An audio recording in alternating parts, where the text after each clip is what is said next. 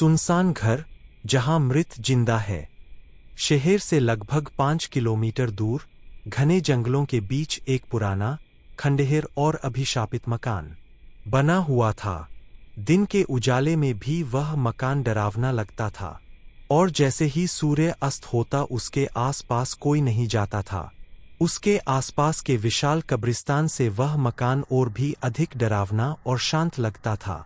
उस घर में कभी एक खुशहाल परिवार रहता था, लेकिन एक रात रहस्यमय तरीके से पूरा परिवार मर गया। उस परिवार के लोगों की मौत कैसे हुई, आज तक उनकी मौत के रहस्य के बारे में पता नहीं चला। उस रात तेज बारिश हो रही थी, आसमान में बिजली बार बार चमक रही थी, और हवा में किसी के रोने जैसी अजीब और डरावनी आवाजें आ रही थीं। 4 दोस्त राहुल, अमन, पूजा और निखिल सभी इसी बात को साबित करने निकले थे कि भूत जैसी कोई चीज नहीं होती है। उनका मानना था कि भूत प्रेत जैसी कोई चीज नहीं होती। डेरेलिक्ट हाउस।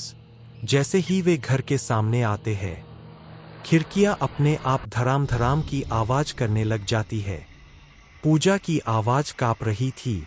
मुझे यह जगह ठीक नहीं लग रही, हमें यहाँ से चलना चाहिए। लेकिन तभी घर के सभी दरवाजे अपने आप में ही डरावनी आवाज के साथ खुल गया। उनके घर के अंदर कदम रखते ही जीवित हवा ने उनके शरीर का पता लगा लिया। ऐसा लगा जैसे किसी ने पीछे से धीरे धीरे सांस ली हो। अंदर घना अंधेरा था, दीवारों पर काले हाथों के निशान थे, फर्श पर खिलौने के दाग थे, और छत से पानी की बूंदें टप टप टपक रही थीं। Prayer beads। अचानक ऊपर से किसी के दौड़ने की आवाज आई। धप धप धप। राहुल ने स्केचअप देखा। झील के पास की दीवार पर खून से लिखा हुआ था, तुम्हें यहां आना नहीं चाहिए। एक ही पल में पूरे घर में एक बच्चे के जोर जोर से रोने की आवाज गूंज उठी। वह आवाज उन्हें एक बंद कमरे तक ले गई। उनके वहां जाते ही दरवाजा अपने आप खुल गया। कमरे के अंदर का दृश्य देखकर चारों की सांसें थम गई। कमरे के बीचों बीच में एक पुराना लकड़ी का झूला रखा गया था, जो बिना हवा के अपने आप हिल रहे थे। झूले पर एक बच्चा बैठा हुआ था, लेकिन उसका चेहरा पीछे की ओर मुड़ा हुआ था। उसकी आंखों से काला पानी बह रहा था।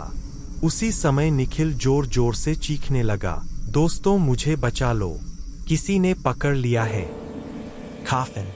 धीरे धीरे एक काली परछाई बाहर आ गई। उनका कोई चेहरा नहीं था, बल्कि धुएं जैसी विशिष्ट जगहें और रंगों पर खून से सनी मुस्कान थी। अगले ही पल उस परछाई ने अमन को खींच लिया और वह अंधेरे में समा गया। पूजा लगी, लेकिन दीवार से निकली काले हाथों ने अपने बाल पकड़ लिए। राहुल अकेले रह गए। Smiling face with horns. तभी उसकी पास में एक भारी और डरावनी आवाज गूंजी। अब इस घर को तोड़ना था। राहुल ने बाहर जाने की कोशिश की, लेकिन दरवाजा खो गया। अगली सुबह कुछ लोग उस घर के पास पहुंचे। घर के बाहर 4 मोबाइल फोन पड़े हुए थे, और अंदर दीवार पर एक नया वाक्य लिखा हुआ था, अब यह घर फिर से पूरा हो गया है। आज भी उस सुनसान घर से रात के समय हंसने, रोने और चीखने की आवाजें आती है। उस घर का रहस्य आज भी रहस्य बना हुआ है।